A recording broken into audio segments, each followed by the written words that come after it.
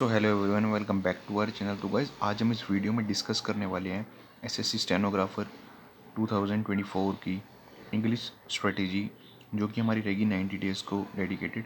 तो अभी हमारा जो एग्ज़ाम है वो 10th ऑफ दिसंबर और 11th ऑफ दिसंबर को है। तो हमारे पास अभी 90 डेज़ एग्जैक्ट हैं, तो हम उसमें कैसे क्या क्या कवर करें ताकि हमारा जो स्कोर है वो काफ़ी अच्छा रह सके।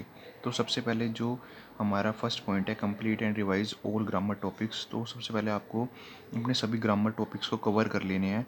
जो ये सबसे मैंने इनके नीचे मोस्ट इंपॉर्टेंट टॉपिक्स लिख दिए हैं, जिनसे प्रीवियस ईयर क्वेश्चंस में और जो मॉक टेस्ट में मैंने सबसे ज़्यादा एनालाइज करा है कि जो एरर बेस्ड क्वेश्चन या सेंटेंस इम्प्रूवमेंट के जो क्वेश्चन आ रहे हैं वो इन चैप्टर के एरर से इन चैप्टर से आ रहे हैं। तो अगर आप ये वाले चैप्टर्स कवर कर लेते हो तो आपका ग्रामर पोर्शन बिल्कुल कम्प्लीटली कवर हो जाएगा और आपके एरर और सेंटेंस इम्प्रूवमेंट में सारे क्वेश्चन बिल्कुल ठीक हो जाएंगे। तो सबसे पहले हमारा जो चैप्टर है वो है article. Article, preposition, subject verb agreement, conjunction, narration, direct indirect, active passive, tense, verb. और एडजेक्टिव और एडवर्ब में एरर में दोनों को दे रखा होता है और हमें थोड़ा सा ये मैच करना होता है कि वहाँ पे उस प्लेस पर एडजेक्टिव आएगा या फिर एडवर्ब आएगा। ये थोड़ा सा कंफ्यूजिंग हो जाता है, तो आपको इनमें दोनों में डिफरेंस जानना है, एडजेक्टिव और एडवर्ब। तो ये चैप्टर्स हैं कुछ सबसे ज़्यादा इंपॉर्टेंट, इन्हीं से क्वेश्चंस फ्रेम हो रहे हैं एरर्स के। अगर आप ये वाले चैप्टर अच्छी तरीके से प्रिपेयर कर लेते हो, डेफिनेटली आपके सारे एरर्स आपको उसी टाइम पता चल जाएंगे, क्योंकि कई क्वेश्चंस में ऐसे दे रखा होता है ना, जिसमें हमें आर्टिकल का पता नहीं लग पाता। तो कई क्वेश्चंस में एरर होती हैं, प्रेपोजिशन में लगा रखी होती हैं। प्रेपोजिशन पता होनी चाहिए, प्रेपोजिशन सीधा सिर्फ आपको पता है तो डायरेक्ट हो जाएगा, उसमें कुछ भी आपको अदर नीड नहीं पड़ती। सब्जेक्ट वर्ब एग्रीमेंट बहुत इंपॉर्टेंट टॉपिक है। कंजंक्शन से भी है, टेंस, वर्ब, एडजेक्टिव और एडवर्ब। अगर आप ये कर लेते हो, ग्रामर टॉपिक आपका डेफिनेटली बिल्कुल कवर हो जाएगा। सेकेंड पॉइंट है, आपको सोल्व करने हैं। जब आप ये सारे चैप्टर्स, जैसे आपने एक चैप्टर करा आर्टिकल, तो उसके बाद आपको नेक्स्ट चैप्टर से मूव होने से पहले आपको क्या करना है, उसी चैप्टर, कोई भी आप बुक फॉलो कर रहे हो, जो भी आपके पास ग्रामर की बुक है, आपको अलग से कोई परचेज़ करने की नीड नहीं है। जो आपके पास पहले है आप उन्हीं को यूज़ करो, वही आपके लिए एफिशिएंट है। एक बुक को मल्टीपल रिवाइज करोगे, आपका अच्छी तरीके से सारे रूल्स कवर हो जाएंगे। तो आपको एक्सरसाइज हर एक चैप्टर के बाद दे रखी होती हैं, थ्योरी कंप्लीट होने के बाद, और प्रैक्टिस शीट, ये आपको हर एक चैप्टर के बाद कंप्लीट करना है। सबसे पहले मान लें आपने आर्टिकल करा, तो उसके आपको एक्सरसाइज या फिर प्रैक्टिस शीट जो भी उसके बाद दे रखी है वो आपको लगानी है। उसके बाद आपको नेक्स्ट चैप्टर में मूव करना है, प्रपोजिशन, फिर एक्सरसाइज, प्रैक्टिस। ऐसे आपको सारे चैप्टर कवर करते जाना है। अगर आप ये कर लेते हो तो आपके एरर्स के क्वेश्चन डेफिनेटली हो जाएंगे और आपको उसके अलावा कोई नीड नहीं पड़ेगी। इसके बाद आपको क्या करना है, ये आपको काम जो करना है ना वो डेली करना है स्टार्टिंग से। तो आपका ये जितना भी है ना, ये आराम से 1 मंथ के अराउंड बिल्कुल बहुत अच्छे तरीके से कवर हो जाएगा। 15 to 20 डेज़ में ही हो सकता है अगर आप एफिशिएंटली करते हो। तो उसके बाद हम थर्ड पार्ट पे जाते हैं, उसमें है कि डेली बुक है। आपको डेली सिनोनिम्स, एंटोनियम्स और इडियम एंड फ्रेजेस आपको डेली रिवाइज करने हैं और आपको अपनी नोटबुक में नोट करने हैं। इससे क्या होएगा, आप डेली जो नोट करोगे और उसको रिवाइज करोगे ना, आपके माइंड में वो ऑटोमेटिकली सेट हो जाएंगे बिल्कुल।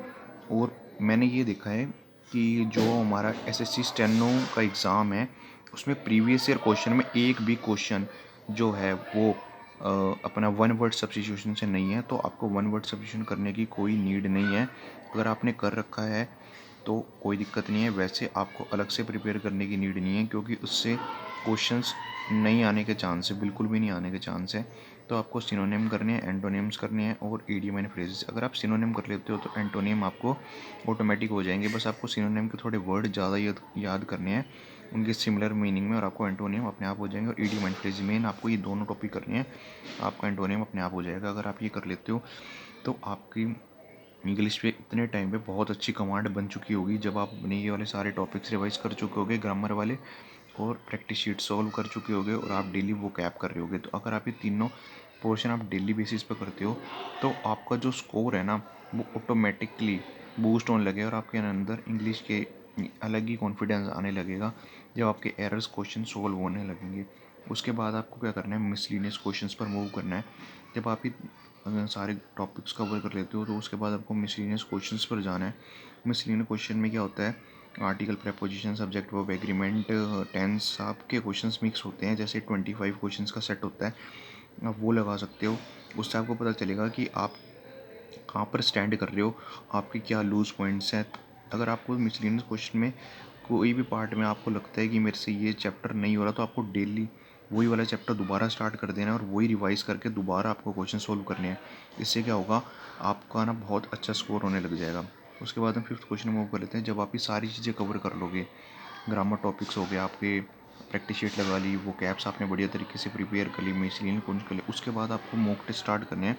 मॉक टेस्ट आपको क्या करने हैं, अगर आपका ये सिलेबस कवर हो जाता है या अगर आपका कवर है तो आपको मॉक टेस्ट लगाना है। वैसे जिनका ये स्टेट अभी सिलेबस थोड़ा कंप्लीट नहीं है, वो अपना जो मॉक टेस्ट है वो एक मॉक टेस्ट 3 दिन में दे सकते हैं। मतलब 3 दिन में आपको एक मॉक टेस्ट देना है।